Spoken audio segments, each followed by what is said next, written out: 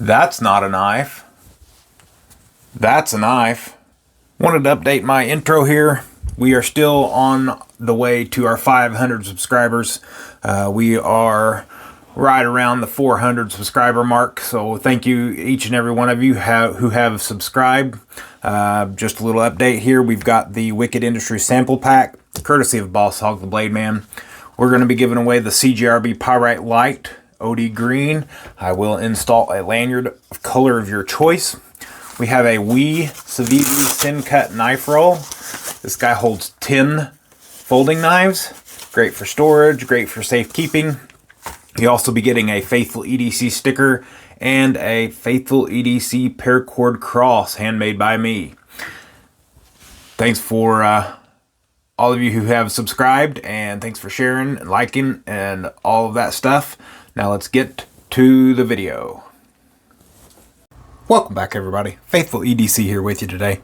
Today we've got two made in the USA Bear Ops from Bear & Son Cutlery out of, I do believe, Georgia. We've got this one here is the MC 1000 aluminum black, I believe with a black blade, aluminum handle, 14C, 28N, DLC blade coating. This one here is the Nekama, Nekama. Really nice knife overall. Sort of like a, what do you want to say? The Kershaw Iridiums, but USA made. So really nice. And then this one here is the MC 550 aluminum black blade. So this one is 4.5 inch aluminum black, also made in the USA. Both of these are made in the USA of foreign and domestic parts. Man, that's a hard word to say. Foreign and domestic parts. So they are assembled in US with both US and foreign parts. So I guess that's a good way to put that. It's made, assembled in USA, but there are some non-USA made parts in both of these knives. They come with these little black pouches here, a little certificate of authenticity in both of these guys. Again, another little pouch, and the authentication cards. Both of these knives were bought from Mr. Boss Hog the Blade Man over on Whatnot. There's his link, Whatnot Boss Hog to you. He is a Bear & Son dealer. He has all kinds of other Bear & Sons. We've got more coming down the review list here. We've got some lockbacks. We've got some slip joints without lockbacks. So yes, he's a Bear & Sons dealer, and so these guys came from him. This Nekama is one of their exclusives, I guess they bought. They are currently available on their website. The Nekama is $94.99 on the Bear Ops website. This one right here, the 550, which the only name I could find for it on the website was the Rancor, R-A-N-C-O-R-V. So Rancor V 550. For some reason, this guy is $119.99. It does have a recurve blade, which I'm not a huge fan of, but overall, this is a very nice knife. I am a much bigger fan of the Nekama, just like the slimmer profile, blade shape, blade thickness, and all that stuff. I just got done using it to cut some of my lunch, so apologize for a little bit of the mess on the blade there. But this one is more expensive than this guy, and I'll be honest, I don't see why or how. This one is far nicer. of a knife than this one down here. If you get these from Boss Hog, the black variant with the copper accents, I believe they were $59 or $69. So really, really close to that Kershaw Iridium full-size price. This one here, I believe I ended up getting it for a steal at like 45, 50 bucks. This one is definitely more expensive than this on their website, which, like I said, I don't understand why. Far nicer knife being the Nekama than this one down here. This blade here, you have the option to have partial serrate. Kind of wish this one did have partial serrated so I could get rid of this recurve in here and have teeth, because, you know, sharpening the recurves down here in this bottom edge of the blade is very difficult on flat stones. Let's just start here with this 550 and go over some of this, the designs here. You have your crossbar lock. You have a aluminum backspacer. You have a minimal lanyard hole. You do have some sort of a sharp, pointy, non-ball bearing end. So it's not hardened steel tip like a ball bearing, but it is a pointy end for a glass breaker type of application. You have right hand carry only, tip up carry only, dual thumb stud. So you do have the capabilities of utilizing this with your left hand. You know, you got your left side thumb stud and your crossbar lock, but do not have the ability for a left pocket carry. So bummer on that. So that's really bad on Bear Ops, I believe, for not applying the crossbar and the dual thumb studs to apply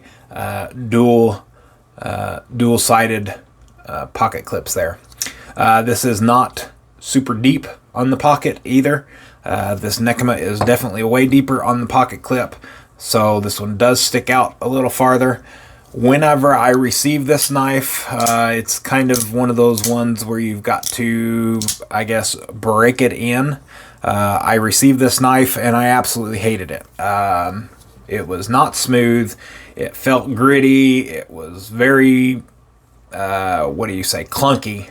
The more I've used it and added oil and just keep using it, breaking it in, I don't really necessarily think you should have to break in a knife, but this one here has definitely improved over the course of, I want to say, the 5 weeks that I've had it. So, minus that the, you can't use thumb stud and it's got the recurve blade. This one here is becoming a very nice knife. It does have a little bit of jimping here on the liners that stick through just a little bit, and it has very big jimping up here on top of the blade. From my past reviews, I am a huge jimping fan. Get my thumb to stop is the reason to have jimping, and this does that. So very, very happy with that. I do like the tip of the blade, the pointiness of this blade. I just do not like the recurve. So that's why I wish I would have grabbed a little bit of a serrations down here, so I didn't have to mess with that recurve blade. But that's neither here nor there. This is the one that I got. I got it at a really good price, and again, I'm going to say it one more time. This knife should not be more than this knife. If you know where I'm going with that, you're going to understand here shortly. This knife should definitely not be more expensive than the Nekama. So that's what we have on the Rancor V. This is the 550. So look here, MC550 ALBK-B 14C28N blade steel. So really good blade. Love 14C28N. Holds the edge great. It's got the milling that you can see through the coating. I don't know what the coating is on this one. I do believe it is a PVD because you can tell that it is getting some wear marks. Let's get that guy showed up. and move over to the Nekama. This Nekama is the MC1000 ALBK-B. So MC1000 ALBK-B. And it does look like this has been printed twice. I thought I was seeing something. But if you look, it's been stamped twice on the blade. I was wondering why it looked that way, but now it makes sense. Really the first time I've taken that close of a look on it. This one does have dual thumb studs, crossbar for right or left hand carry. You have the application of right or left hand carry pocket clips. It is a deep carry pocket clip. It has this nice huge opening on this pocket clip. I find myself whenever I am using it, you know, sometimes you utilize your finger to hold on the your pinky to hold on the pocket clip.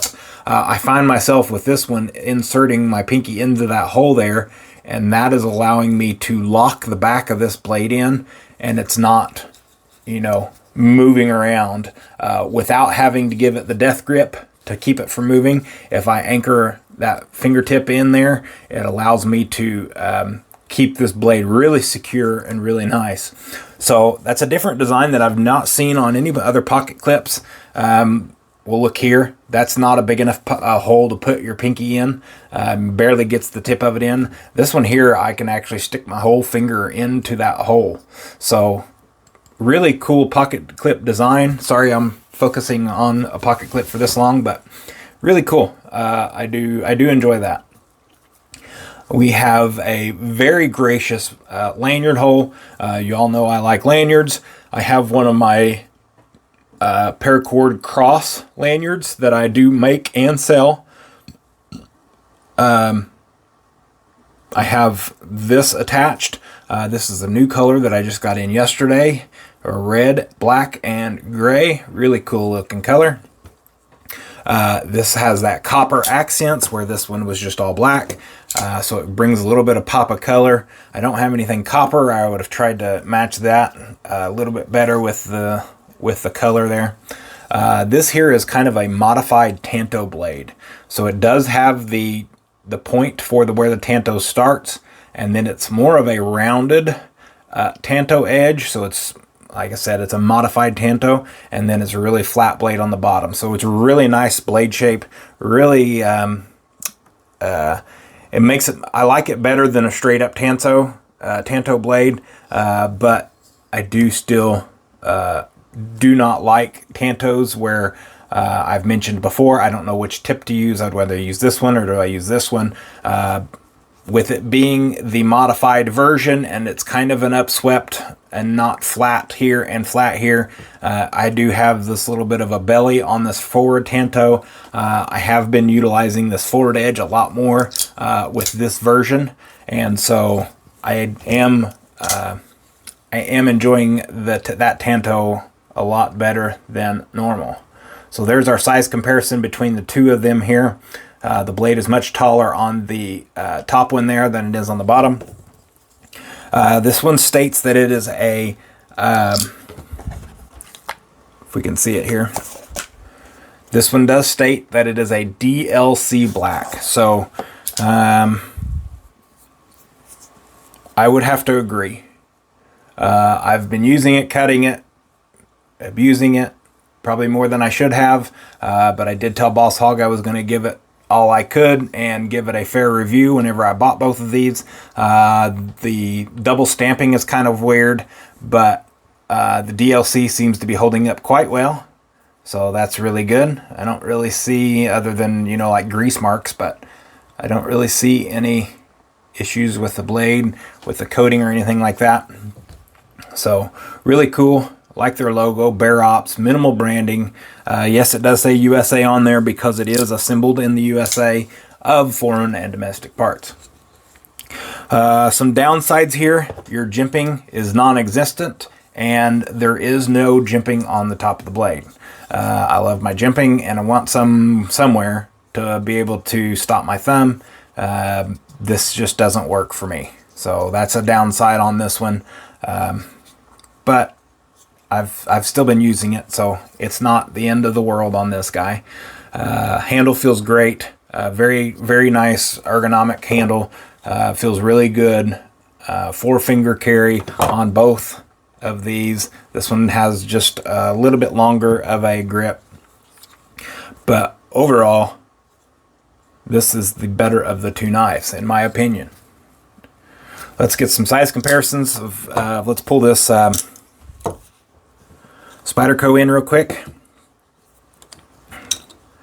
And there's our differences between the Spydercos.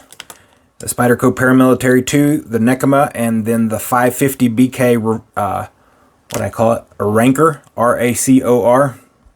Rancor, I'm not 100% sure. There's our size comparisons. Let's get these guys opened.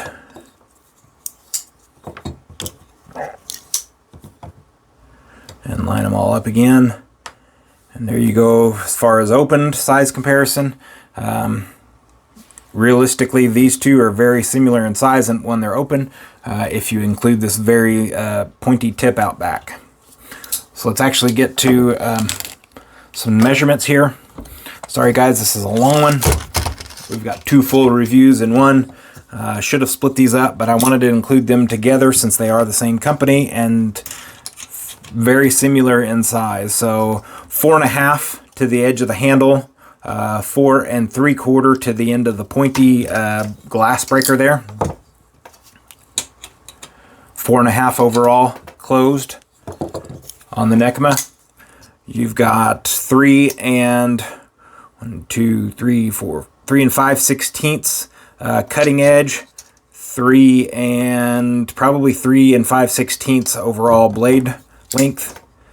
Let's do this one here, cutting edge. This one is 3 3/8 and 3.5. So longer blade on this guy. This one claimed to be 4.5 inch blade, or 4.5 inch.